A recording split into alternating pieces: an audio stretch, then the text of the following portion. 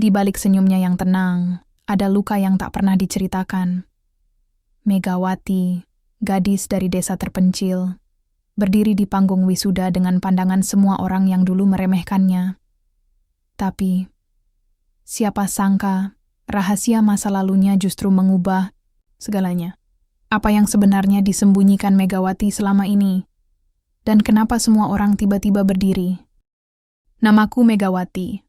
Orang-orang di kampungku memanggilku Mega. Anak semata wayang dari seorang ibu luar biasa, yang sejak aku kecil telah mengajarkan satu hal paling penting dalam hidup. Jangan pernah malu bermimpi, sekalipun kakimu berpijak di tanah, becek dan sepatumu bolong. Aku lahir dan besar di sebuah desa kecil, yang bahkan tak tercantum dalam peta wisata.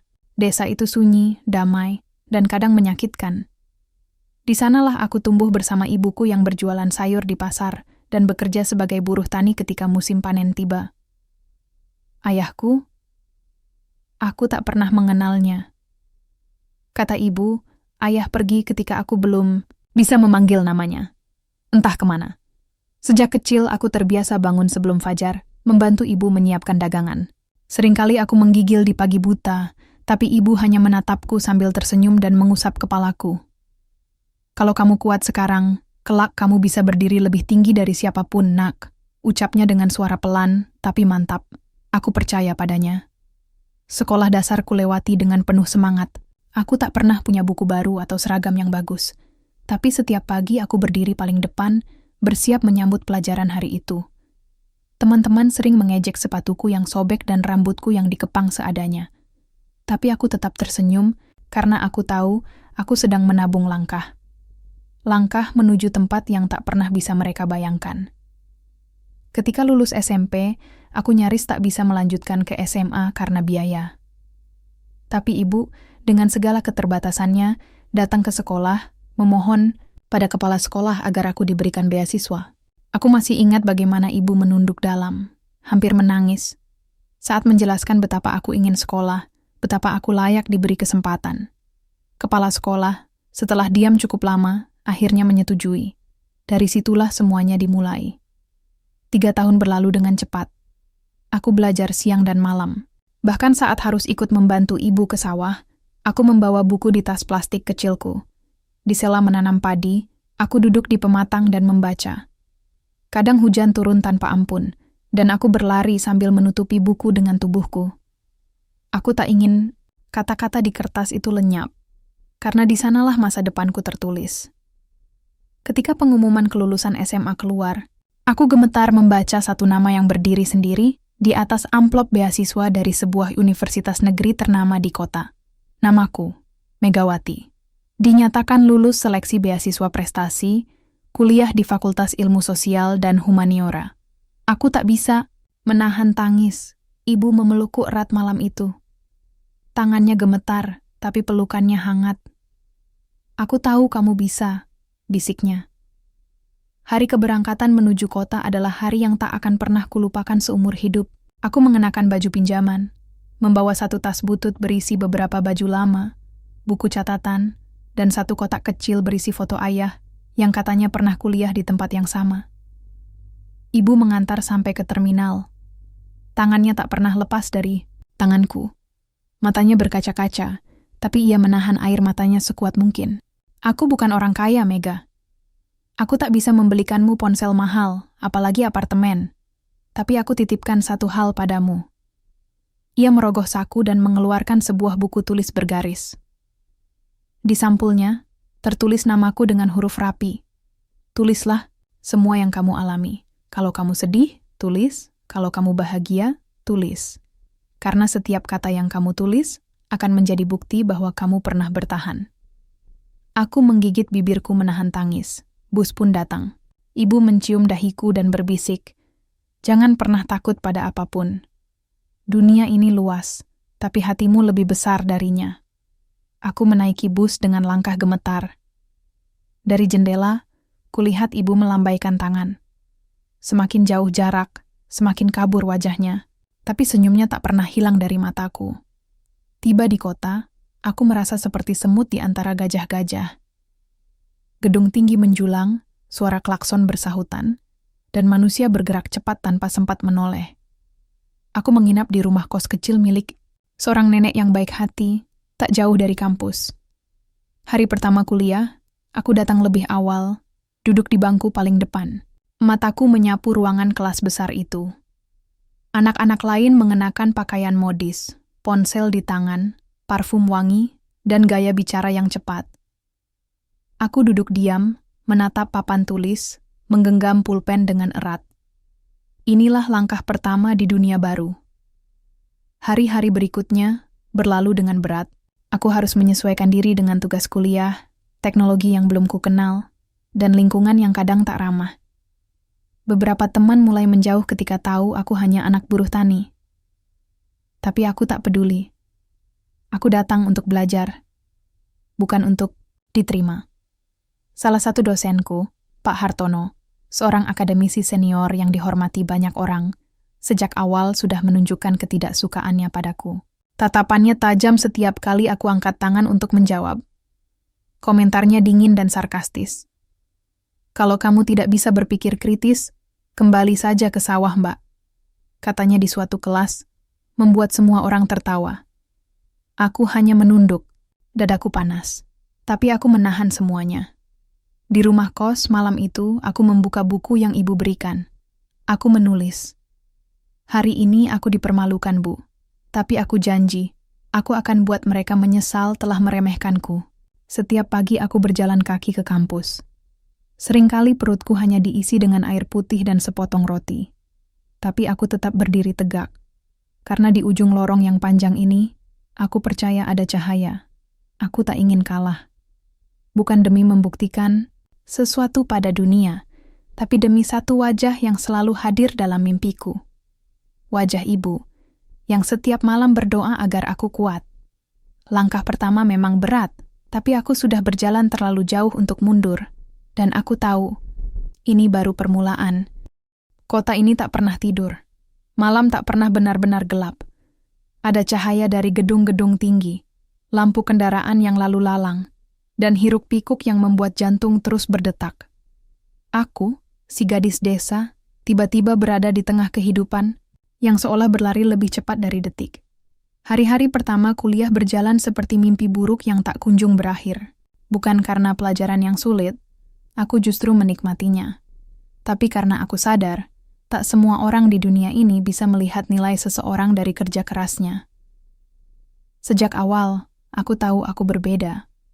Cara berpakaian, logat bicara, bahkan cara aku memegang pena. Teman-teman di kelasku datang dari keluarga berada. Anak pejabat, pengusaha, dosen, bahkan ada yang anak artis lokal. Mereka bicara tentang liburan ke luar negeri, laptop terbaru, atau mobil hadiah ulang tahun. Aku hanya bisa duduk diam, mendengarkan sambil mengaduk teh manis yang kuminum pelan-pelan agar tidak cepat habis. Mereka tak perlu bekerja sambil kuliah. Aku mulai mencari pekerjaan sejak minggu kedua kuliah. Aku tak mau mengandalkan kiriman dari ibu yang kadang hanya cukup untuk makan 2 kali sehari. Aku bekerja sebagai penjaga toko alat tulis kecil di dekat kampus. Dari situ, aku bisa mengumpulkan cukup untuk makan, membeli buku bekas, dan membayar uang kos seadanya. Aku belajar mencatat dengan cepat, membaca di malam hari, dan mengulang pelajaran di sela istirahat kerja. Tidak ada waktu bersantai bagiku. Setiap detik berharga. Aku menolak mengasihani diri sendiri. Tapi tetap saja, tidak mudah. Di semester pertama, aku bertemu lebih dekat dengan Pak Hartono, dosen pengampu mata kuliah filsafat sosial yang terkenal keras. Ia tak hanya tegas, tapi juga sinis terhadap siapa pun yang menurutnya tak punya kelas. Dan sejak awal, entah kenapa, aku jadi sasaran utamanya. Megawati, katanya suatu hari sambil menatap lembar jawabanku. Kamu bisa menjawab soal ini, tapi kurang dalam. Mungkin kamu hanya menghafal dari buku. Aku mengangkat kepala. Saya menulis berdasarkan bacaan filsafat klasik, Pak. Saya kutip dari jurnal. Sebelum aku menyelesaikan kalimatku, dia memotong dengan senyum tipis. Bacaan boleh banyak, tapi kalau latar belakangmu tidak mengajarkan berpikir kritis, hasilnya tetap dangkal. Seisi kelas tertawa pelan, Beberapa hanya tersenyum simpul, yang lain menatapku dengan kasihan. Aku menahan napas. Tidak menangis, tidak membalas. Setelah kelas berakhir, aku berjalan keluar tanpa suara. Tapi setiap langkah seperti mengguncang dadaku. Sakit, tentu. Tapi lebih dari itu, aku merasa diremehkan. Bukan karena aku tak mampu, tapi karena aku datang dari tempat yang salah menurut mereka. Namun hidup tak selalu muram. Di tengah dunia yang dingin itu, aku bertemu dua orang yang menjadi cahaya, kecilku, Dini dan Farhan. Dini adalah anak dari guru sekolah menengah di kota kecil. Ia sederhana dan ramah. Kami bertemu di perpustakaan saat sama-sama rebutan buku referensi. Farhan, di sisi lain, adalah mahasiswa aktif yang senang ikut organisasi. Seringkali nyeleneh, tapi punya empati besar. "Kamu keren, Mega," kata Farhan saat melihat catatanku yang penuh warna dan rapi. "Kamu bisa ngajar aku nggak?" Aku tertawa kecil. Itu pertama kalinya dalam sekian minggu aku tertawa lepas. Persahabatan kami tumbuh perlahan. Mereka tahu aku bekerja. Mereka tahu aku bukan dari keluarga kaya. Tapi mereka tak peduli. Mereka menemaniku belajar, kadang menungguku di toko tempatku bekerja, dan sering membawakanku makanan ringan saat tahu aku belum makan malam. "Orang pintar itu bukan yang paling banyak bicara," kata Dini suatu malam saat kami belajar bersama, "tapi yang tetap rendah hati meski tahu dia bisa lebih dari yang lain. Kamu itu, Mega." Aku diam. Aku hanya bisa tersenyum. Namun dunia kampus tak seindah persahabatan kami. Aku mulai menyadari bahwa nilai dan prestasi akademik tidak selalu cukup untuk membuatmu dihormati, terutama jika kamu tak punya nama. Meski tugas-tugasku selalu selesai tepat waktu, presentasiku detail, dan partisipasiku aktif, aku tak pernah diberi ruang lebih dalam diskusi kelas Pak Hartono. Pernah suatu hari, aku mempresentasikan teori sosial tentang ketimpangan kelas di masyarakat. Aku menghubungkannya dengan pengalaman pribadi dan data aktual dari desa tempat aku berasal. Sebuah presentasi yang aku susun 3 malam tanpa tidur. Saat selesai, ruangan hening. Beberapa mahasiswa bertepuk tangan pelan, tapi Pak Hartono hanya mengangguk dingin. "Menarik," katanya, "tapi terlalu emosional.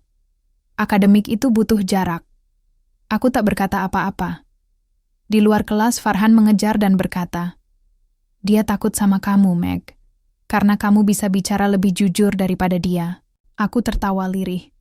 Tapi dalam hati, aku mulai bertanya, apa memang semua kerja keras harus dibungkus status sosial dulu agar diakui? Sementara itu, di kampung halaman, ibuku terus menyembunyikan kenyataan bahwa ia mulai sakit-sakitan. Ia tetap bekerja, tetap menelponku seminggu sekali, dan selalu berkata bahwa ia baik-baik saja. Tapi suatu malam, aku menerima telepon dari Buning, tetanggaku. "Mega, ibumu pingsan di sawah. Sudah kami bawa ke puskesmas. Dia nggak mau kamu tahu, tapi kamu harus tahu." Tanganku gemetar memegang ponsel. Air mataku langsung jatuh, tapi ibuku memaksa berbicara saat aku hubungi. "Jangan pulang, Mega. Kamu harus tetap di sana. Aku kuat. Aku cuma kurang makan," katanya sambil tertawa pelan. Malam itu aku tak tidur. Aku menulis di buku harian yang ibu berikan. "Ibu, dunia ini keras, tapi kau selalu lebih keras dari dunia. Kau tidak pernah menyerah, maka aku pun tidak akan menyerah. Demi kamu, aku akan lulus." Dengan kepala tegak. Di penghujung semester, kampus mengumumkan bahwa akan ada seleksi untuk mahasiswa yang ingin mengikuti lomba karya ilmiah nasional. Aku memberanikan diri mendaftar, meski sebagian temanku menyindir aku terlalu percaya diri. "Lomba kayak gitu buat anak-anak pintar dari keluarga mapan, Meg. Yang punya fasilitas," kata salah satu senior. Aku hanya menjawab, "Pikiran nggak butuh koneksi internet cepat. Cuman butuh hati yang mau terus berpikir." Dini dan Farhan mendukung penuh. Kami bekerja sama mengembangkan idenya tentang transformasi sosial di desa dan pentingnya pendidikan perempuan di akar rumput. Tema yang kutahu betul karena aku hidup di dalamnya. Dan saat hasil seleksi diumumkan, namaku tercantum sebagai salah satu wakil kampus untuk kompetisi nasional itu. Bahkan Pak Hartono tak bisa menyembunyikan keterkejutannya saat mendengar pengumuman itu. Dia menatapku singkat, lalu berucap pelan, "Kita lihat nanti sejauh mana kamu bisa bertahan." Aku hanya tersenyum. Karena aku tahu, dunia ini memang tak ramah. Tapi aku tidak datang ke sini untuk mencari keramahan. Aku datang untuk membuktikan bahwa bahkan anak dari desa terpencil pun bisa berdiri di tengah badai dan tetap melangkah maju. Langkah demi langkah. Walau kaki penuh luka, aku akan terus berjalan. Langit kota pagi itu kelabu. Hujan turun perlahan, membasahi jalanan kampus yang lengang. Tapi di dalam hatiku, badai justru tengah mereda. Untuk pertama kalinya sejak aku menginjakkan kaki di sini, aku merasa layak berada di tempat ini. Aku telah diterima sebagai salah satu peserta kompetisi karya ilmiah nasional. Namaku disebut dalam pengumuman resmi. Di antara nama-nama besar, anak-anak dari universitas ternama dan latar belakang istimewa, terpampang satu nama yang tak banyak orang kenal, Megawati. Hanya seorang anak petani dari desa kecil yang menulis proposalnya di sela menjaga toko dan mencuci pakaian sendiri di kamar mandi kos yang sempit. Farhan memelukku begitu erat pagi itu. "Kamu gila. Gila hebat, Mega. Kamu bikin sejarah," katanya sambil tertawa lebar. Dini ikut berseru. Akhirnya orang-orang itu harus buka mata. Aku hanya tersenyum. Tapi jauh di dalam dada, aku bisa merasakan sesuatu yang menghangat. Bukan karena pengakuan, tapi karena akhirnya kerja kerasku mulai bersuara. Dan suaranya cukup lantang untuk didengar dunia. Persiapan kompetisi dimulai. Kami diberi waktu 3 minggu untuk menyusun makalah lengkap dan presentasi yang akan dibawa ke acara final di ibu kota. Aku tahu persaingannya akan ketat. Bukan hanya soal ide, tapi juga kemampuan menyampaikan dan mempertahankan gagasan di hadapan dewan juri yang penuh gelar dan pengalaman. Aku memilih topik yang sangat dekat dengan hidupku. Transformasi sosial melalui pendidikan perempuan di daerah marginal. Judul itu terinspirasi dari ibu. Dari setiap perempuan di desaku yang bangun pagi-pagi buta, bekerja tanpa kenal lelah, tapi tak pernah dianggap penting oleh siapapun. Aku ingin dunia tahu bahwa di balik senyum perempuan-perempuan desa itu, ada kekuatan yang bisa mengubah arah zaman. Setiap malam, aku menulis dan membaca hingga dini hari. Dini dan Farhan ikut membantu. Dini merapikan tata bahasa. Farhan melatihku berbicara dengan tenang dan percaya diri. Mereka bukan sekadar teman, mereka adalah keluarga pilihanku di kota ini. Suatu malam Farhan berkata, "Kalau kamu bisa bicara seperti waktu kamu cerita tentang ibu kamu pasti menang." Aku menoleh padanya. Aku cuma takut. Nanti, saat di depan juri, semua yang udah aku siapkan jadi hilang begitu saja. Farhan tersenyum. "Kamu tahu kenapa kamu bisa sejauh ini, Meg? Karena kamu nggak pura-pura jadi orang lain. Kamu jujur. Dan jujur itu kekuatan yang nggak semua orang punya." Aku terdiam. Kata-katanya menampar pelan, tapi manis. Sementara itu, suasana di kampus mulai berubah. Beberapa teman yang sebelumnya tak pernah menyapa, kini mulai mendekat. Ada yang tiba-tiba memuji, ada yang menawarkan bantuan, bahkan ada yang terang-terangan menanyakan bagaimana caraku bisa tembus seleksi. Tentu, ada juga yang tetap sinis. Salah satu senior berkata dengan nada meremehkan, "Yah, kadang sistem juga bisa salah. Tapi siapa tahu, kamu punya hoki." Aku hanya tersenyum. Tak perlu menjelaskan apapun. Waktu akan bicara lebih jujur daripada mulut siapapun. Pak Hartono juga mulai menunjukkan sikap berbeda. Ia memang belum berubah banyak, tapi ia mulai berhenti mencemooh secara terbuka. Bahkan dalam satu kelas, ia menyempatkan berkata, "Saya harap kamu membawa nama baik universitas. Jangan kecewakan kami." Kata-kata itu dingin, tapi tetap saja, bagiku itu seperti langkah kecil menuju pengakuan. Tak perlu pujian, cukup diberi kesempatan yang adil. Hari keberangkatan tiba, aku mengenakan baju terbaik yang kupunya. Kemeja putih bersih hasil setrika Dini, rok hitam yang sempat sobek lalu kujahit sendiri, dan sepatu yang telah menemaniku sejak SMA. Sederhana, tapi bagiku ini adalah pakaian perang. Dini dan Farhan mengantarku ke stasiun. Mereka membawa bekal kecil, nasi bungkus dan air mineral. Jangan mikirin kami, fokus aja. Dan ingat, Dini memegang tanganku erat. Kamu bawa lebih dari makalah. Kamu bawa cerita hidup banyak orang. Aku hampir menangis. Di dalam kereta, aku duduk sendirian. Jendela memperlihatkan kota yang perlahan menjauh, digantikan sawah dan pepohonan. Dalam keheningan, aku membuka buku harian yang ibu berikan. Aku menulis. Hari ini aku pergi bukan sebagai anak desa yang tak dikenal. Aku pergi sebagai suara bagi mereka yang tak pernah didengar. Kompetisi di ibu kota berlangsung di gedung tinggi nan megah. Aula besar, karpet tebal, lampu gantung kristal. Semuanya terasa asing dan menakutkan. Peserta dari berbagai kampus datang dengan pakaian formal rapi. Beberapa bahkan membawa tim riset dan presentasi digital canggih. Aku berdiri sendirian dengan tas kecil dan map kertas. Tapi aku tahu, keberanian tak diukur dari berapa banyak orang di belakangmu. Tapi dari seberapa kuat kamu berdiri ketika kamu sendirian. Hari presentasi tiba. Giliranku dipanggil. Jantungku berdegup kencang. Tangan dingin. Tapi saat aku melangkah ke podium, aku teringat kata-kata Farhan. Kalau kamu bicara seperti kamu bicara tentang ibumu, kamu pasti menang. Aku mulai bicara. Perlahan. Tenang. Aku ceritakan bagaimana di desaku, banyak perempuan tak bisa sekolah karena harus bekerja membantu keluarga.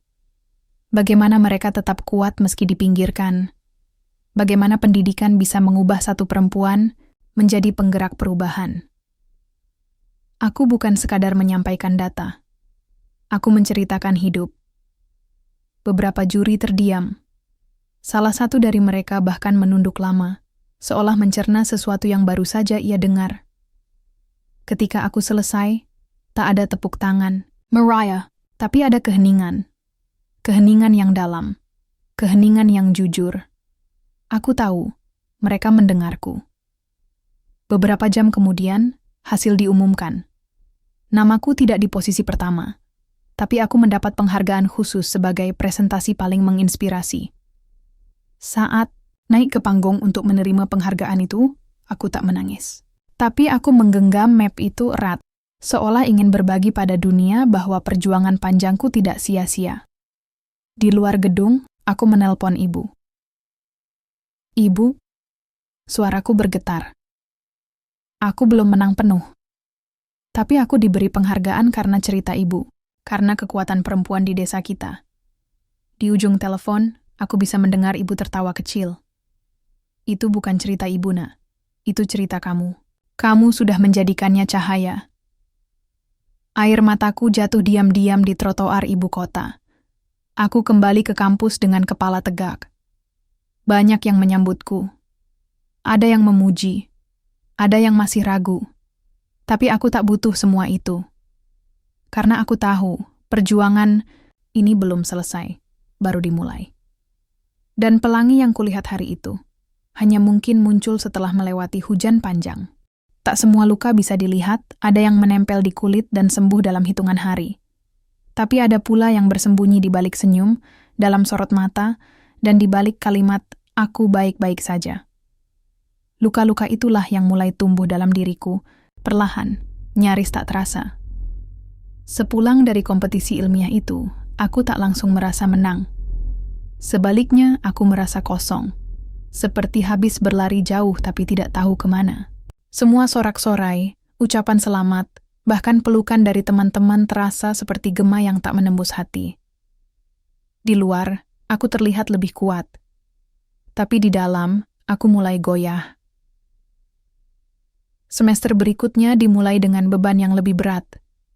Tugas-tugas makin menumpuk, dosen-dosen semakin menuntut, dan entah kenapa, setelah penghargaan itu, ekspektasi orang-orang padaku makin tinggi.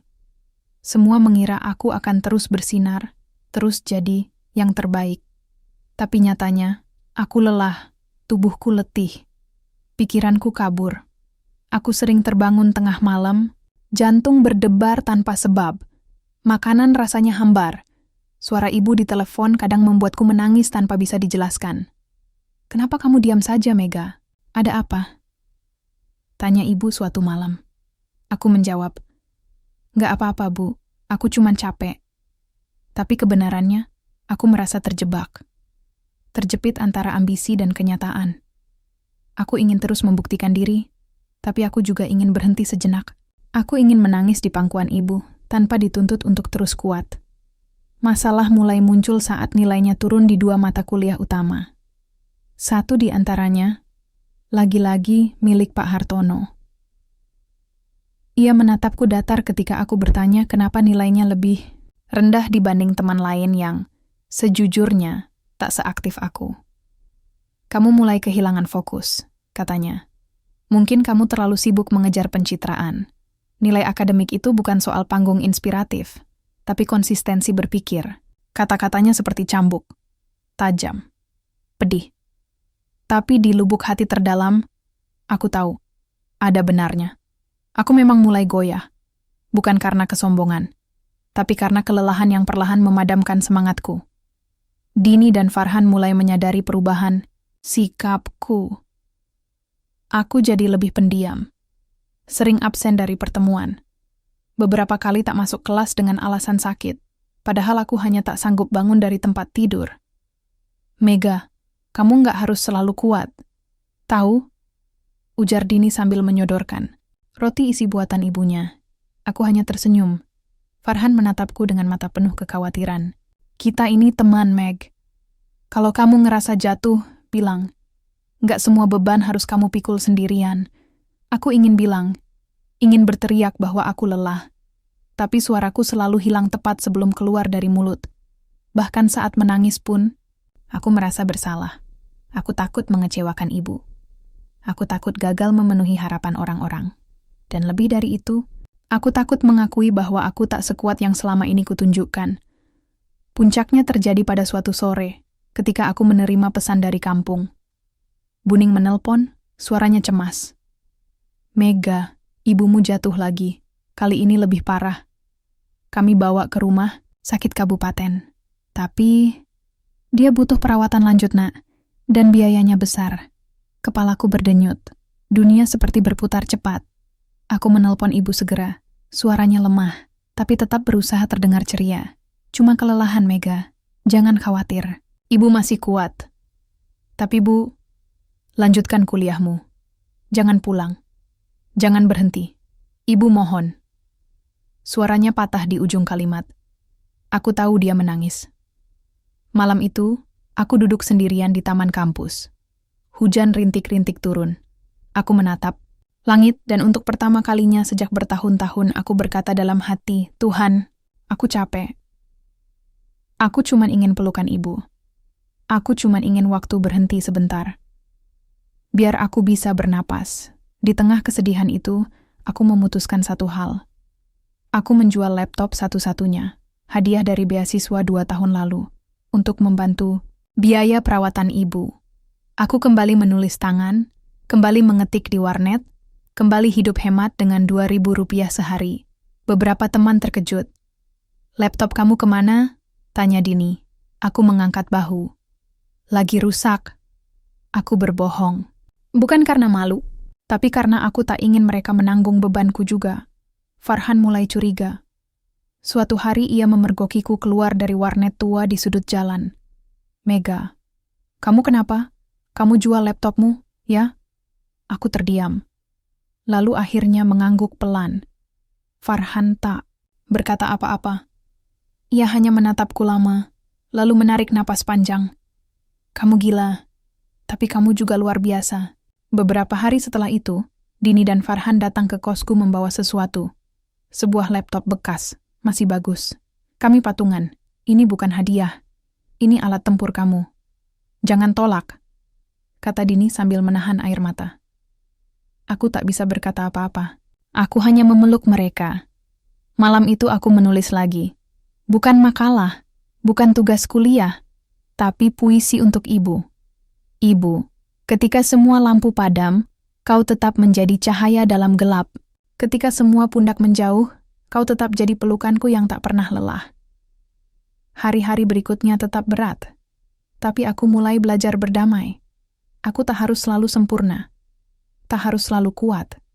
Aku hanya perlu terus melangkah, meskipun lambat, meskipun tertatih. Karena dalam luka yang tak terlihat itu, aku belajar sesuatu, bahwa menjadi manusia bukan tentang tak pernah jatuh, tapi tentang bagaimana kita bangkit, lagi dan lagi. Dan di tengah semua kegelapan itu, aku tahu satu hal. Selama aku punya cinta dari ibu dan 2 sahabat yang tak pernah meninggalkanku, aku tak pernah benar-benar sendirian. Pagi itu matahari tak bersinar cerah. Tapi entah mengapa, aku merasakan kehangatan yang berbeda. Bukan dari sinarnya, melainkan dari dalam diriku sendiri. Sebuah bara yang perlahan menyala lagi setelah nyaris padam. Setelah melewati malam-malam, panjang yang penuh air mata, kekhawatiran tentang ibu, nilai yang menurun, dan rasa hampa yang menyiksa, aku sampai pada titik ini. Kesadaran bahwa aku tak bisa terus berjalan dengan memikul semuanya sendiri. Aku belajar berkata, aku butuh bantuan. Dan dari sanalah segalanya berubah. Semester ini adalah yang tersibuk sepanjang masa kuliahku. Selain mata kuliah padat dan tugas akhir yang mulai mengintai, aku juga kembali dipercaya menjadi asisten di Laboratorium Sosiologi Terapan.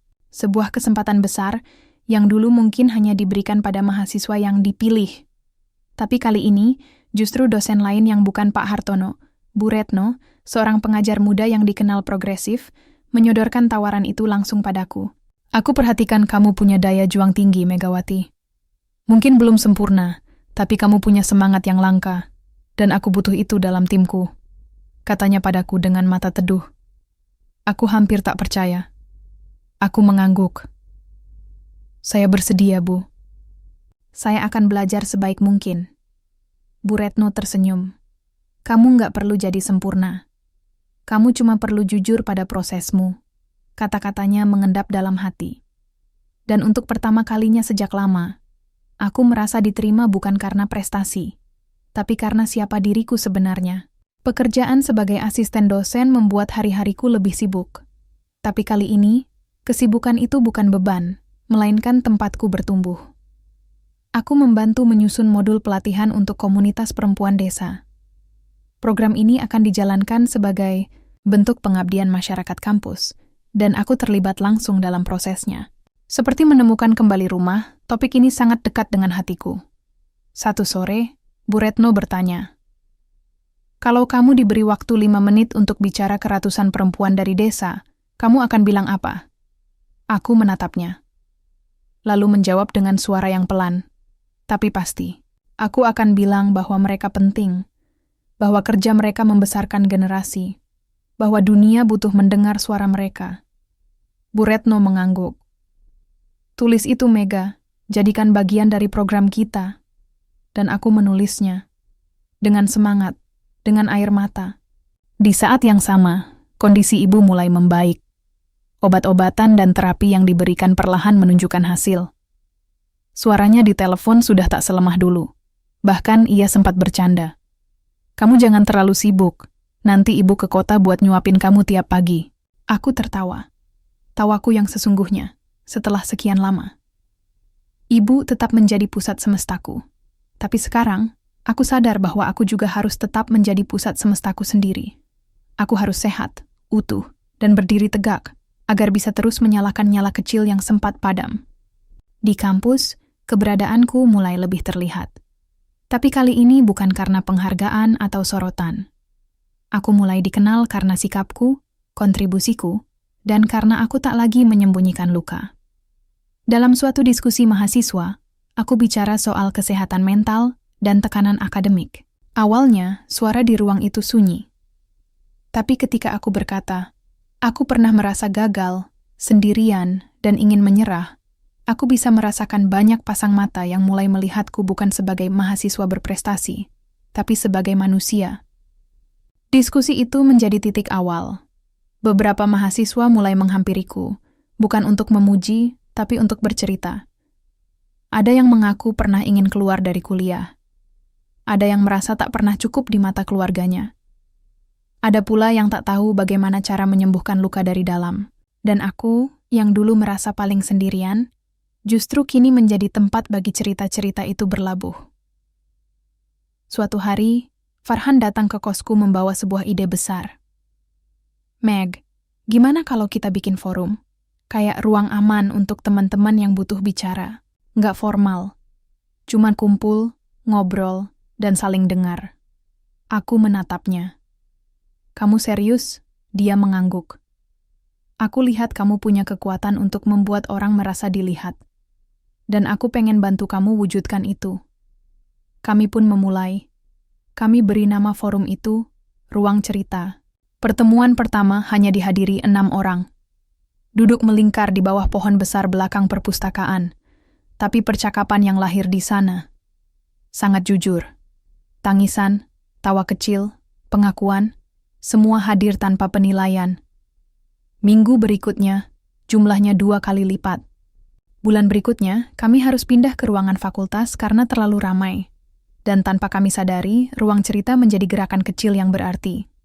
Sebuah ruang di mana mahasiswa, siapapun mereka, bisa melepas topeng dan bicara apa adanya. Pak Hartono masih sama, masih skeptis. Tapi kali ini, aku tak lagi terguncang oleh kata-katanya. Dalam satu pertemuan kelas, ia sempat menyinggung program pengabdian masyarakat yang sedang aku jalankan bersama Bu Retno. Kadang mahasiswa terlalu larut dalam romantisasi realitas.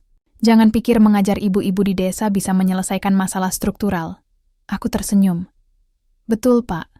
Tapi perubahan besar sering dimulai dari satu percakapan kecil. Kalau tak ada yang memulai, kapan akan bergerak? Kelas hening. Dan untuk pertama kalinya, Pak Hartono tak menjawab. Ia hanya menatapku lama, lalu melanjutkan materinya. Malam itu, aku menulis lagi di buku harian. Dulu aku kira kekuatan itu berarti tak pernah menangis. Tapi sekarang aku tahu. Kekuatan adalah ketika kamu tetap memilih mencintai hidupmu, meski dunia sering tak adil padamu.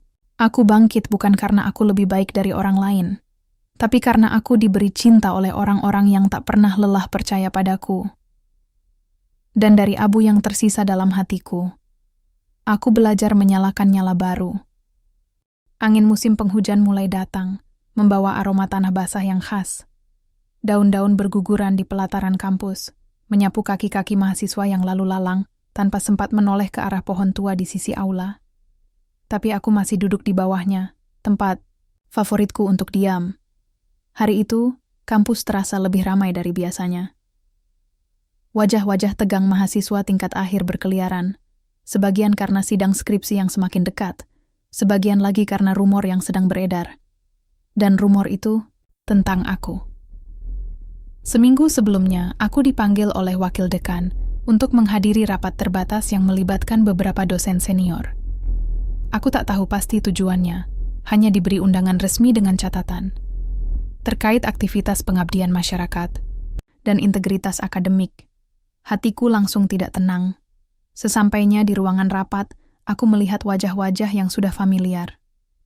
Bu Retno duduk di ujung meja, wajahnya tenang tapi tegang. Pak Hartono, seperti biasa, menyandarkan badan ke kursi dengan ekspresi seolah sudah tahu arah pembicaraan. Dan benar saja, kami menerima laporan bahwa sebagian materi program pengabdian masyarakat Saudari Megawati mirip dengan modul milik universitas lain yang sudah dipublikasikan, kata salah satu dosen senior tanpa basa-basi. Jantungku nyaris berhenti. Apa maksudnya, Pak? Saya menyusun modul itu sendiri. Dengan arahan Bu Retno, ujarku, berusaha tetap tenang meskipun suara mulai bergetar. Pak Hartono langsung menimpali. Kami tidak menuduh, tapi perlu klarifikasi. Karena jika benar terjadi plagiarisme, maka ini masalah serius. Suasana di ruangan berubah dingin. Aku memandang Bu Retno, mencari jawaban. Ia angkat bicara, tegas namun lembut. Modul yang disusun Megawati memang memiliki kemiripan referensial, karena memakai sumber terbuka yang juga digunakan oleh kampus lain. Tapi saya yang memberi arahan, dan tidak ada plagiarisme di dalamnya. Namun, nada Bu Retno seperti tidak cukup. Mereka menuntut pembuktian. Dan sejak hari itu, aku tak hanya harus menjaga nilai akhirku, tapi juga mempertahankan integritas yang selama ini aku bangun dengan susah payah. Farhan mendengarnya lebih dulu dari forum mahasiswa. Ada yang bilang kamu dijiplak. Ada yang bilang, kamu nyontek modul luar negeri. Ini gila, katanya dengan wajah muram. Aku hanya diam, bahkan aku tak tahu harus membela diri dari arah mana. Ini bukan soal benar atau salah semata. Ini tentang reputasi, tentang pandangan orang, tentang tuduhan yang telanjur dilemparkan sebelum sempat dijelaskan. Dan di antara semua itu, nama Pak Hartono selalu muncul sebagai pihak yang paling vokal. Dini mengajakku bicara malam itu. Kami duduk berdua di loteng kosan, menghindari kebisingan anak-anak penghuni lainnya. Kamu tahu, Meg, semua ini bukan cuma soal program kamu. Aku curiga ini udah berlangsung lama. Aku menoleh. Apa maksudmu? Aku pernah dengar. Dosen, itu Pak Hartono pernah konflik sama seseorang. Seorang dosen lama yang sempat menghilang dari universitas ini karena skandal internal. Tapi nama itu nggak pernah disebut lagi di lingkungan kampus. Jantungku berdetak lebih cepat. Apa ada hubungannya denganku? Dini mengangguk pelan. Mungkin kamu cuma jadi perpanjangan dari masa lalu yang belum selesai. Aku menatap langit malam yang muram. Apakah ini hanya kebetulan? Atau ada sesuatu yang lebih besar dari sekadar tuduhan plagiat? Seminggu berlalu, aku mencoba menjalani semuanya seperti biasa. Mengajar komunitas, membantu forum, dan tetap hadir di kelas. Tapi rasa percaya diriku mulai luntur. Tatapan orang-orang berubah. Bahkan teman-teman dekat pun kini mulai menjaga jarak, seolah takut terseret dalam pusaran masalahku. Di kelas, saat aku presentasi, beberapa mahasiswa membisikkan sesuatu. Ada yang tertawa kecil, ada yang mengerling ke arahku seolah sedang menyaksikan pertunjukan aneh. Aku menahan semuanya. Sampai hari itu. Hari di mana Bu Retno memanggilku ke ruang dosen. Wajahnya lebih serius dari biasanya. Megawati, aku harus jujur. Kita sedang di bawah pengawasan ketat. Bahkan aku pun ikut diperiksa karena membimbing kamu. Aku menunduk. Saya minta maaf, Bu. Saya tidak pernah berniat merugikan siapapun.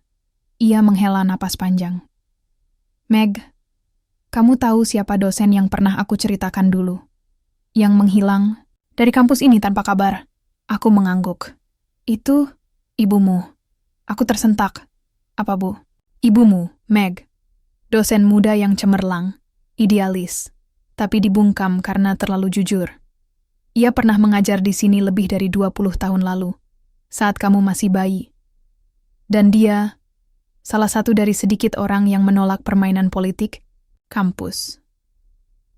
Aku terdiam, dunia seperti berhenti sejenak. Jadi, semua ini bukan tentang modul, tapi tentang ibu. Bu Retno menatapku dalam. Mungkin kamu sedang membayar luka lama yang bukan kamu yang buat.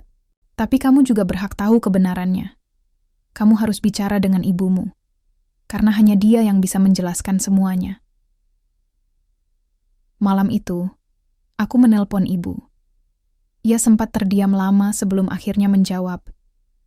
Mega, kamu nggak perlu tahu masa lalu. Ibu, itu sudah lama. Tapi masa lalu itu sekarang menyakiti aku, Bu.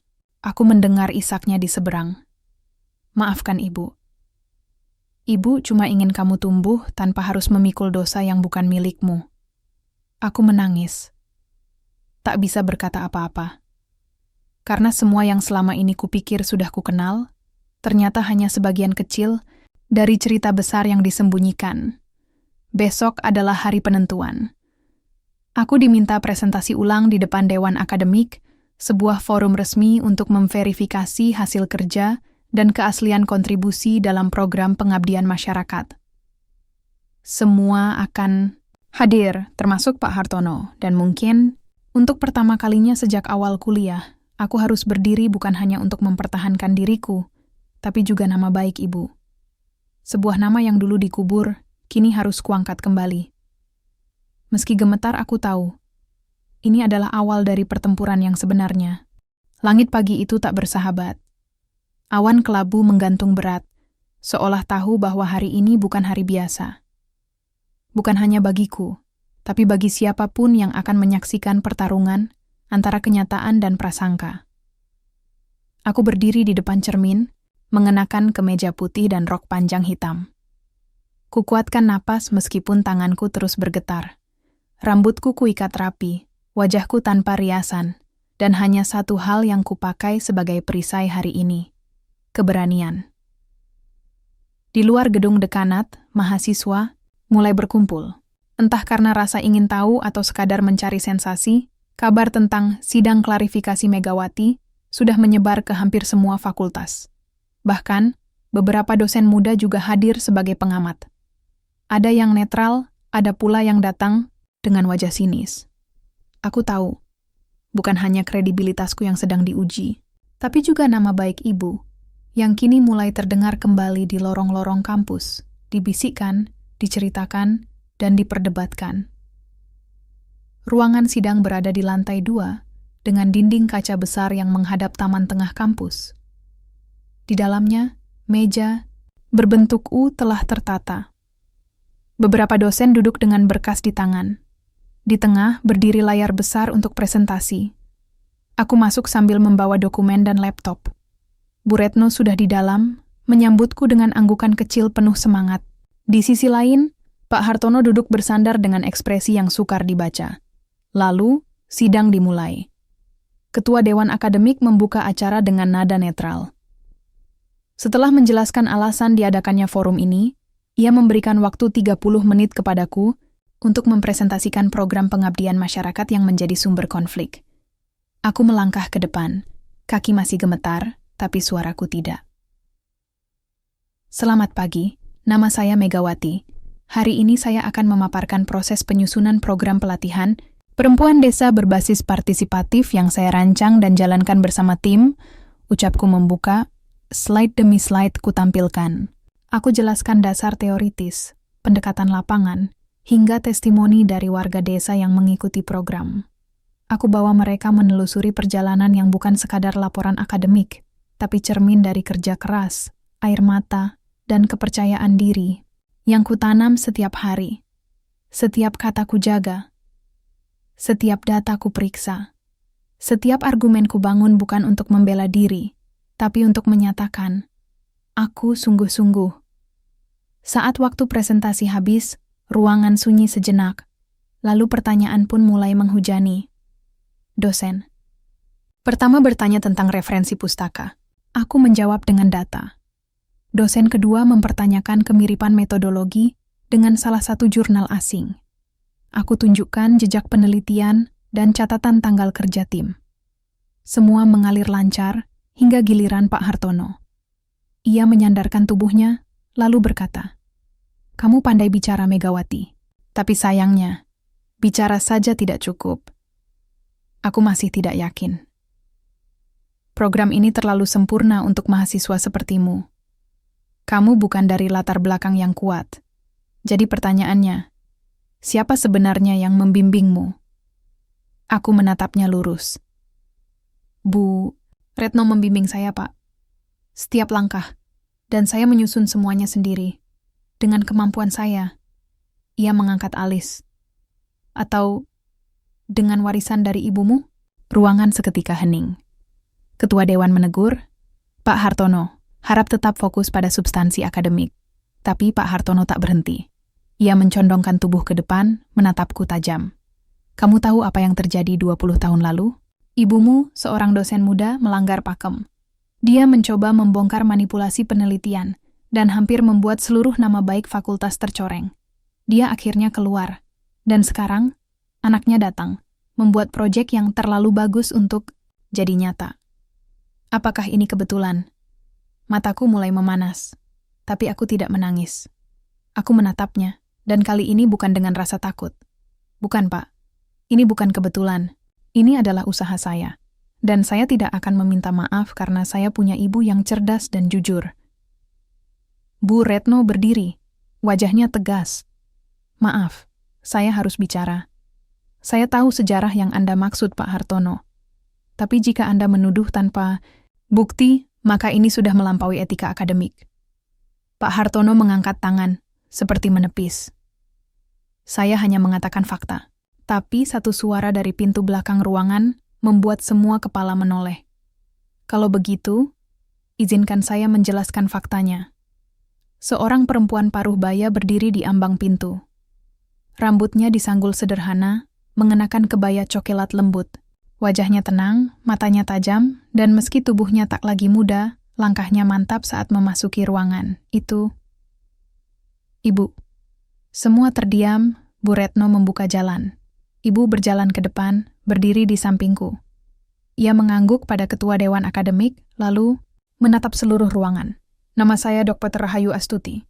20 tahun lalu saya mengajar di kampus ini, di jurusan sosiologi. Saya memang meninggalkan institusi ini karena perbedaan prinsip. Tapi hari ini, saya kembali, bukan untuk mengungkit masa lalu, melainkan untuk mendampingi anak saya yang selama ini bekerja keras membuktikan dirinya. Pak Hartono menegakkan badan. Wajahnya tegang. Saya tidak punya urusan pribadi, ucapnya cepat. Tapi Anda punya prasangka, jawab Ibu pelan. Dan itu lebih berbahaya dari sekadar urusan pribadi. Ibu menoleh padaku, lalu menatap seluruh dewan. Megawati menyusun semua ini sendiri. Tapi sebagai ibunya, saya tahu perjuangannya. Saya tahu bagaimana ia tidur di lantai, menangis dalam diam, dan tetap bangun pagi untuk mengajar perempuan-perempuan di desa yang dunia anggap tidak penting. Jika kalian tak percaya pada kertas kerja, percayalah pada cahaya di matanya. Ia tak bisa dipalsukan. Aku tak mampu berkata apa-apa. Tenggorokanku tercekat, mataku berkaca-kaca. Tapi aku tidak menangis, karena hari ini, Ibu berdiri di sampingku.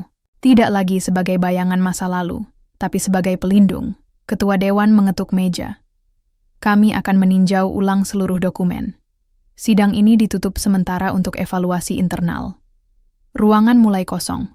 Pak Hartono keluar tanpa sepatah. Kata, tapi aku tidak peduli, aku menatap Ibu, memeluknya. Ibu datang. Ia membalas pelukanku erat. Selalu, Mega. Selalu. Hari itu datang. Hari yang selama ini hanya bisa kulihat dari balik mimpiku saat menatap langit-langit kamar kos yang penuh tambalan. Hari wisuda. Gedung auditorium utama telah dihiasi spanduk bertuliskan Wisuda Fakultas Ilmu Sosial dan Humaniora. Di bawahnya, barisan bunga warna-warni mekar, seperti menyambut para pejuang yang akhirnya sampai di garis akhir. Tapi untukku, hari ini bukan garis akhir. Ini adalah panggung pertarungan terakhir. Panggung di mana aku tidak hanya menerima ijazah, tapi mengembalikan harga diriku. Harga diri Ibu. Harga diri semua anak desa yang pernah diremehkan hanya karena tempat mereka berpijak tak di peta kota. Pagi, itu, aku mengenakan toga sederhana. Jubah hitam dengan selendang emas yang terasa berat di bahu. Bukan karena kainnya, tapi karena beban cerita yang kubawa. Di dalam saku, kutaruh potongan foto kecil Ibu saat muda. Senyumnya yang dulu hanya kulihat di bingkai kamar, kini telah nyata hadir di hidupku kembali. Di luar gedung, Ayah duduk di kursi barisan belakang. Mengenakan batik lamanya yang mulai memudar, tapi wajahnya bersinar bangga. Ibu duduk di sampingnya, mengenakan kebaya biru lembut. Tangannya menggenggam erat buku kecil, catatan pribadi Megawati, yang selama ini tak pernah kubagi ke siapapun. Semua siap. Acara dimulai. Satu demi satu nama dipanggil. Mahasiswa melangkah ke atas panggung, menerima map ijazah, lalu turun dengan senyum. Orang tua bertepuk tangan, dosen memberi anggukan hormat. Suasana hangat, tapi dalam hatiku, badai terus berputar. Saudari Megawati binti Hermawan, lulusan terbaik Fakultas Ilmu Sosial dan Humaniora. Namaku menggema. Beberapa kepala menoleh. Ada yang tersenyum, ada yang hanya mengangkat alis. Sebagian yang mungkin pernah mencibir, tampak terkejut. Tapi aku tetap berjalan, langkah demi langkah. Naik ke panggung, menerima map dari dekan, lalu berdiri tegak di depan mikrofon. Dekan tersenyum. Sebagai lulusan terbaik, kami persilakan Megawati untuk memberikan sambutan. Suasana mendadak hening. Aku mengatur napas. Mikrofon terasa dingin di tanganku. Tapi suaraku keluar, lantang. Assalamualaikum warahmatullahi wabarakatuh. Nama, saya Megawati. Hari ini saya berdiri di sini bukan hanya sebagai lulusan terbaik, tapi sebagai perwakilan dari anak-anak desa yang pernah ditertawakan mimpinya. Saya lahir dan besar di kaki bukit kecil yang tak dikenal di peta. Rumah saya berdinding bambu, dan atapnya bocor tiap kali hujan datang. Saya berjalan kaki sejauh 12 kilometer untuk bisa sampai ke sekolah. Tapi saya punya satu hal yang tak pernah hilang. Kepercayaan ibu saya bahwa saya bisa lebih dari yang dunia pikirkan. Aku berhenti sejenak. Suara Ishak kecil terdengar dari sudut ruangan. Selama kuliah, saya bekerja jadi asisten perpustakaan, guru privat, bahkan pernah jadi petugas kebersihan di malam hari. Saya ikut kompetisi, program masyarakat, dan penelitian bukan karena ambisi, tapi karena saya tahu pendidikan adalah satu-satunya jalan yang bisa saya tempuh untuk mengubah nasib. Sorot kamera menyorotku. Wajah-wajah yang dulu memandangku remeh, kini menunduk. Saya sempat dituduh. Dituding memalsukan karya. Dikatakan tak mungkin anak dari keluarga biasa bisa menghasilkan sesuatu yang luar biasa. Tapi hari ini, saya buktikan bahwa kerja keras tak pernah bohong. Tepuk tangan mulai terdengar, tapi aku mengangkat tangan, meminta mereka diam sebentar. Dan hari ini, saya ingin memanggil seseorang ke atas panggung. Seseorang yang dulu pernah berdiri di sini sebagai dosen muda, dan kini kembali sebagai ibu yang tak pernah berhenti percaya pada anaknya. Ibu, mari ke atas panggung. Semua menoleh. Ibu bangkit perlahan. Langkahnya mantap tapi matanya sudah basah. Saat ia naik ke panggung, aku meraih tangannya. Teman-teman, ini ibu saya, Dr. Rahayu Astuti. Dulu beliau pernah menjadi dosen di universitas ini. Tapi karena prinsip dan keberaniannya menolak manipulasi data penelitian, beliau memilih keluar. Hari ini saya ingin mengatakan bahwa keberaniannya itulah yang membuat saya bisa berdiri di sini. Seluruh ruangan hening. Lalu seseorang mulai berdiri. Disusul yang lain. Dan yang lain. Hingga seluruh auditorium memberi standing ovation. Aku melihat ke arah Pak Hartono. Ia duduk di barisan depan, wajahnya keras. Tapi matanya tak bisa menyembunyikan keterkejutan dan rasa malu. Aku menatapnya sejenak, lalu kembali ke mikrofon. Saya tahu tidak semua orang akan mudah percaya. Tapi kadang, yang paling kita butuhkan bukan keyakinan orang lain, melainkan keyakinan pada diri sendiri. Ibu menggenggam tanganku. Saya bukan anak siapa-siapa. Tapi hari ini, saya adalah seseorang. Bukan karena gelar, tapi karena saya tidak pernah berhenti mencoba. Aku tersenyum, lalu menunduk hormat. Terima kasih. Terima kasih untuk semua yang pernah meragukan saya. Karena dari kalianlah saya belajar untuk berdiri tegak. Sambutan selesai, aku turun panggung sambil menggenggam tangan ibu. Orang-orang mengulurkan tangan, menyalami. Dosen-dosen yang dulu diam kini menatapku dengan hormat. Beberapa bahkan menangis. Hari itu, tidak hanya ijazah yang kuterima, tapi juga kepercayaan. Dan yang paling penting, pengakuan. Langit Jakarta selalu penuh warna. Bukan warna-warna ceria, tapi lebih seperti campuran abu dan jingga yang tak pernah selesai berdebat. Mobil-mobil berseliweran. Asap knalpot bercampur dengan harapan yang digantungkan di atas jembatan layang. Hiruk-pikuk ini menelanku hidup-hidup saat pertama kali turun dari bus antar kota. Aku berdiri di terminal, membawa satu koper besar dan satu tas ransel yang talinya sudah mulai sobek. Di tanganku, selembar kertas berisi alamat kos-kosan sederhana yang kutemukan lewat forum mahasiswa perantauan. Setelah wisuda, tawaran pekerjaan memang datang.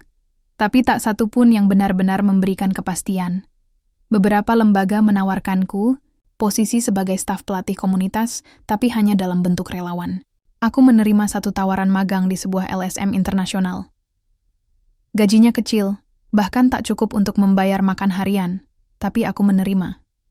Karena untukku, pintu kecil tetaplah pintu. Dan semua pintu bisa mengarah ke ruang besar jika kita berani masuk. Hari-hariku dimulai pukul 5 pagi.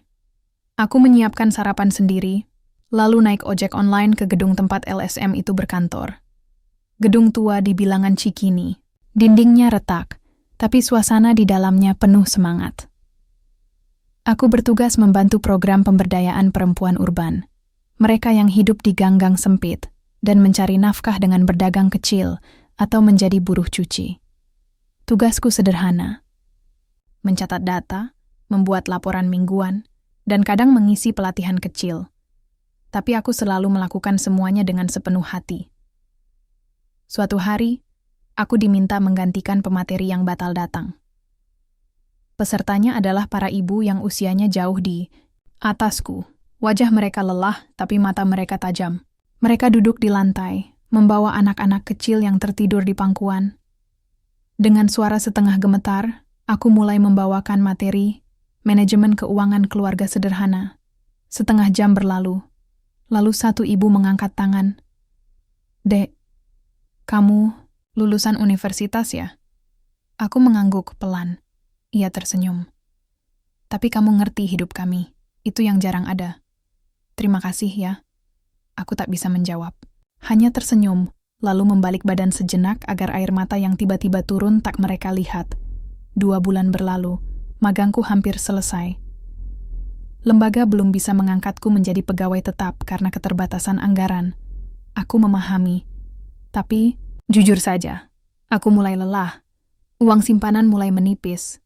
Tagihan kos datang lebih cepat dari biasanya. Kadang, aku harus memilih, beli makan malam atau naik ojek. Di salah satu malam terburuk, aku duduk di atap kos, menatap langit yang kelam. Hujan baru saja reda, udara dingin, dan di dadaku ada gundukan sesak yang susah diluruhkan. Aku bertanya dalam hati, apakah perjuangan ini benar-benar akan ada akhirnya? Atau hanya lingkaran dari satu kesulitan ke kesulitan lainnya? Lalu pesan dari ibu masuk. "Mega, ibu bangga padamu. Kadang yang menahan kita bukan dunia, tapi rasa takut sendiri. Teruslah melangkah. Jika kau jatuh, tanah akan mengajarimu bagaimana berdiri." Aku menangis malam itu. Tapi bukan karena lemah, tapi karena aku tahu aku belum kalah. Pagi berikutnya, email baru masuk. Dari sebuah lembaga pengembangan perempuan skala nasional. Mereka sedang mencari manajer program lapangan untuk proyek pemberdayaan perempuan desa di wilayah timur Indonesia. Aku membaca deskripsinya berulang kali. Proyek ini butuh orang dengan pengalaman langsung di komunitas, kuat di teori sosial, dan bisa berbicara dengan baik di depan publik. Seolah-olah, deskripsi itu ditulis untukku. Aku melamar. 2 minggu kemudian aku dipanggil wawancara, dan seminggu setelah itu, "Selamat Mbak Megawati. Kami memutuskan untuk mengangkat Anda sebagai manajer program. Penempatan akan dimulai bulan depan." Suara dari seberang telepon terdengar tenang, tapi jantungku berdebar hebat. Aku menutup mulut, mencoba menahan teriakan, bahagia. Setelah menutup telepon, aku terduduk lama. Menatap map merah berisi ijazah dan sertifikat-sertifikat kecil. Di atas semuanya, ada foto ibu. Aku tersenyum, lalu berkata pelan, "Kita berhasil, Bu." Hari itu, aku menulis surat pengunduran diri dari LSM tempatku magang. Mereka memberiku pelukan hangat dan pesan agar tetap membawa nilai-nilai sederhana kemanapun aku pergi. Sore hari, aku berjalan ke Taman Menteng. Duduk di bangku panjang, menatap orang-orang yang lalu lalang. Dan untuk pertama kalinya, aku merasa dunia ini tidak sekeras yang dulu kukira. Dunia hanya menunggu siapa yang berani menabraknya, bukan untuk hancur, tapi untuk membuka jalan. Langit mulai gelap, tapi dalam diriku ada cahaya kecil yang mulai tumbuh. Satu bab telah selesai, tapi petualangan baru akan dimulai. Langit desa selalu berbeda, tak sepadat Jakarta, tak semacet kota besar, dan tak sekeras ruang-ruang diskusi akademik. Tapi justru karena itulah, langit di sini mampu memelukku seperti ibu yang menyambut anaknya pulang setelah lama mengembara. Langkah, kakiku menjejak tanah merah yang dulu kugunakan bermain layangan. Di kanan kiri jalan kecil ini, sawah terbentang luas. Burung pipit beterbangan. Dan aroma tanah basah selepas hujan sore membangkitkan semua kenangan masa kecil yang tersimpan rapi di sudut hatiku. Aku tiba di depan rumah. Pagar bambunya masih sama. Dinding rumah tetap dari kayu, namun kini lebih terawat. Di depan pintu, ada kursi kayu panjang, yang dulu sering kupakai untuk membaca saat senja. Dan di sana, berdiri dua sosok yang selama ini menjadi alasan aku bertahan. Ibu. Ayah, aku menahan. Air mata sambil tersenyum. Langkahku cepat, lalu pelukan kami pun tak terhindarkan. Mega, sudah sampai juga akhirnya? Bisik ibu, suaranya serak tapi hangat. Ibu selalu tahu kamu bakal kembali, tapi tak pernah menyangka kamu akan kembali seperti ini. Aku hanya bisa mengangguk dalam pelukan itu. Tak ada kata yang cukup untuk menggambarkan rasa ini.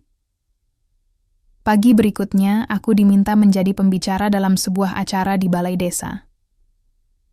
Judulnya sederhana, menginspirasi dari desa. Tenda-tenda biru dipasang di lapangan. Anak-anak sekolah duduk di barisan depan, mengenakan seragam putih merah dan putih biru. Para guru, tokoh masyarakat, dan ibu-ibu PKK memenuhi sisi kanan panggung. Aku berdiri di depan mikrofon, membawa map lusuh yang dulu sering kubawa ke kampus. Tapi kali ini, map itu hanya simbol. Karena yang ingin ku sampaikan bukanlah data atau teori, tapi cerita. Dulu saya berdiri di tempat ini sebagai anak yang dipandang sebelah mata. Saya pernah dianggap tak punya masa depan, hanya karena lahir di desa kecil seperti ini. Tapi ternyata, batasan itu hanya ada di pikiran. Kalau kalian percaya bahwa kalian bisa dan kalian mau berjuang, dunia tidak bisa lagi mengabaikan kalian. Mataku menyapu seluruh hadirin. Beberapa remaja perempuan menatapku penuh harap. Ada yang mencatat, ada yang meneteskan air mata. Aku melanjutkan. Perjalanan saya belum selesai. Tapi saya kembali ke sini untuk membawa satu pesan penting. Mimpi tidak mengenal batas wilayah. Tidak peduli dari mana kalian berasal, jika kalian punya hati yang kuat dan kerja keras yang jujur, kalian bisa mencapai tempat yang kalian impikan. Tepuk tangan bergemuruh. Tapi aku belum selesai. Aku mengangkat satu buku kecil, buklet program pengembangan perempuan desa yang kini kupegang sebagai pemimpin. Saya datang ke sini bukan hanya sebagai tamu, tapi saya membawa program nyata untuk memberdayakan perempuan di desa ini. Kita akan membuka pelatihan keterampilan, pengelolaan keuangan, hingga akses pendidikan lanjutan bagi anak-anak perempuan. Kerumunan bersorak pelan. Aku melihat ibu tersenyum di kursi undangan. Ayah mengangguk pelan, bangga. Hari itu, aku tak hanya bicara sebagai lulusan terbaik. Aku berbicara sebagai seseorang yang kini punya tanggung jawab. Sebagai cahaya. Hari-hari berikutnya kuisi dengan kunjungan ke sekolah-sekolah dasar dan SMP di sekitar kabupaten. Aku duduk bersama anak-anak, bercerita tentang dunia luar, tentang buku, tentang kuliah, tentang bagaimana beasiswa bisa mengubah hidup mereka. Di malam hari, aku mengisi forum kecil bersama para ibu. Kami berdiskusi tentang cara mengelola hasil tani agar bisa dijual langsung ke kota. Kami mencatat ide, merancang sistem koperasi, dan merintis usaha kecil. Semuanya sederhana. Tapi di mata mereka, mataku juga, ini bukan sekadar program. Ini adalah langkah. Langkah menuju kehidupan yang lebih baik. Langkah yang dulunya dianggap mustahil. Langkah yang kini telah nyata. Satu sore, aku duduk bersama ibu di beranda. Kami menyesap teh hangat, menatap matahari yang perlahan tenggelam di balik bukit. "Bu," kataku lirih. "Kenapa dulu ibu tak pernah menyerah padaku? Padahal aku tahu, hidup kita waktu itu sangat berat." Ibu menoleh. Matanya lembut, tapi tegas. Karena ibu tahu, Mega bukan anak yang biasa. Kamu punya hati yang kuat, dan dunia butuh orang seperti itu. Aku terdiam. Dan satu lagi, tambah ibu. Kamu tidak hanya berhasil, tapi kamu memilih untuk pulang. Dan itu, Nak, adalah bentuk keberhasilan paling tinggi. Aku menunduk, menahan air mata yang tak bisa lagi kutampung. Di langit, bintang mulai bermunculan. Cahayanya kecil, tapi cukup untuk menerangi malam. Dan aku tahu, di tempat ini, di desa yang dulu menanam luka dan harapan, Aku akan menanam kembali benih-benih mimpi bagi mereka yang ingin terbang lebih tinggi. Karena kadang, yang paling dibutuhkan dunia bukan orang hebat, tapi orang yang tidak lupa dari mana ia berasal. Orang yang pulang sebagai cahaya